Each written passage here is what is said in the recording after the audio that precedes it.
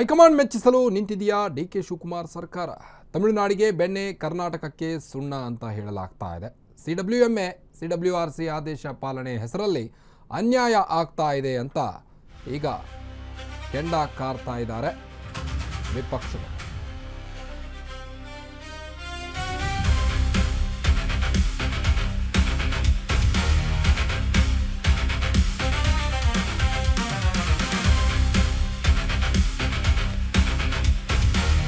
ನೋಡಿ, high command ಮೆಚ್ಚಿಸಲು DK Shivakumar ಸರ್ಕಾರ ನಿಂತಿದೆಯಾ ಅನ್ನೋದು ಈಗ ಸದ್ಯಕ್ಕೆ ಕುತೂಹಲ ಮೂಡ್ತಾ ಇದೆ. ತಮಿಳುನಾಡಿಗೆ ಬೆಣ್ಣೆ, ಕರ್ನಾಟಕಕ್ಕೆ ಸುಣ್ಣ. ಸಿಡಬ್ಲ್ಯೂಎಂಎ ಸಿಡಬ್ಲ್ಯೂಆರ್ಸಿ ಆದೇಶ ಪಾಲನೆ ಹೆಸರಲ್ಲಿ ಅನ್ಯಾಯ ಮಾಡ್ತಾ ಇದೆ. 80 ಗೇಟ್ ತೆರೆಯೋ ಮೂಲಕ ತಮಿಳುನಾಡಿಗೆ ನೀರನ್ನು ಹರಿಸಿದ್ದೀರಿ, 3000 ಕ್ಯೂಸೆಕ್ನಷ್ಟು. ಈಗ ಒಳಹರಿವು ಕೂಡ ಕಡಿಮೆ ಆಗ್ತಾ ಇದೆ ಕಾವೇರಿ ನದಿಯಲ್ಲಿ.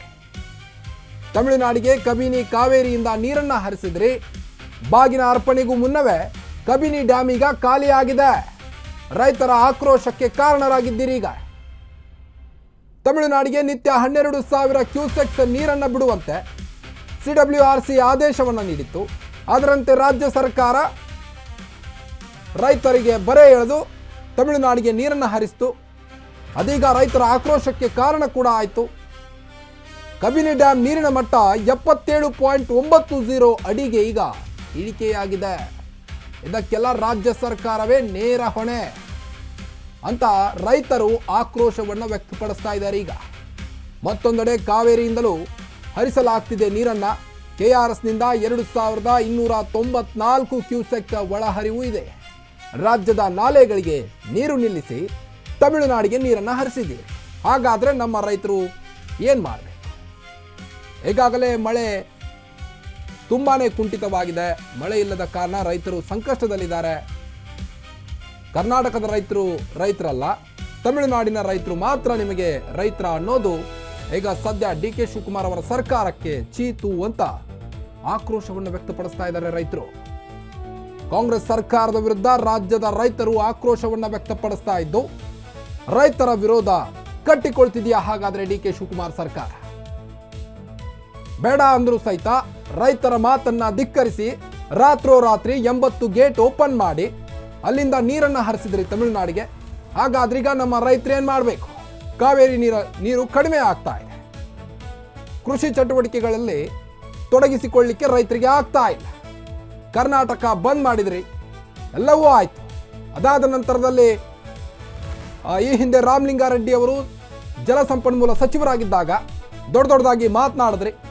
ತಮಿಳುನಾಡಿಗೆ ನೀರು ಬಿಡೋಕ್ಕಾಗಲ್ಲ, ನಮ್ಮ ರೈತರಿಗೇನೆ ಕುಡಿಲಿಕ್ಕೆ ನೀರಿಲ್ಲ, ಕೃಷಿ ಚಟುವಟಿಕೆಗಳಿಗೆ ನೀರಿಲ್ಲ ಅಂತೆಲ್ಲ ದೊಡ್ಡದಾಗಿ ಬಿಲ್ಡಪ್ ಬಿಟ್ರಿ.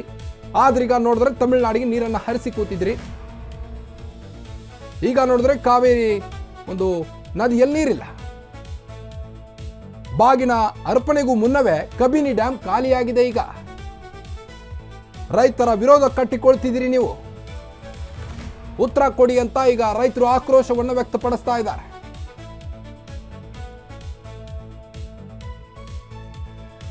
ಕೆಆರ್ಎಸ್ ಡ್ಯಾಮ್ನಿಂದ 2294 ಕ್ಯೂಸೆಕ್ ಒಳಹರಿವು.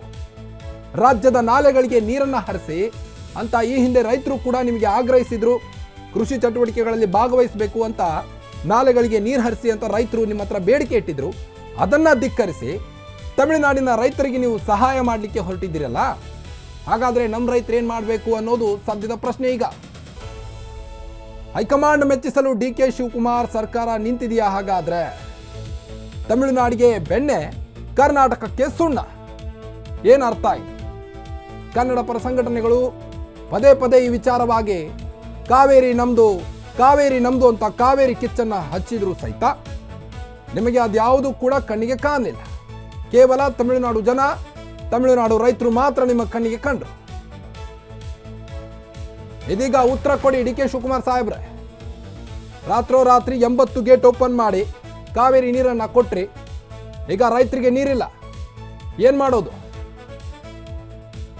ಕಬಿನಿ ಡ್ಯಾಮ್ ಇನ್ನ ಗರಿಷ್ಠ ಮಟ್ಟ 84 ಅಡಿ ಇತ್ತು. ಇಂದಿನ ನೀರಿನ ಮಟ್ಟ ಈಗ 77.90 ಅಡಿಗೆ ಕುಸಿದಿದೆ. ಗರಿಷ್ಠ ಸಂಗ್ರಹ ಸಾಮರ್ಥ್ಯ ಕಬಿನಿ ಡ್ಯಾಮ್ದು 19.52 TMC ಇದೆ. ಇಂದಿನ ಸಂಗ್ರಹ 15.87 TMC ಆಗಿದೆ. ಇನ್ನು KRS ಡ್ಯಾಮ್ದು ಗರಿಷ್ಠ ಮಟ್ಟ 124.80 ಅಡಿ ಇತ್ತು. ಇಂದಿನ ನೀರಿನ ಮಟ್ಟ ಈಗ 109.22 ಅಡಿ. ಒಳಹರಿವು 1752 ಕ್ಯೂಸೆಕ್, ಹೊರಹರಿವು 2294 ಕ್ಯೂಸೆಕ್.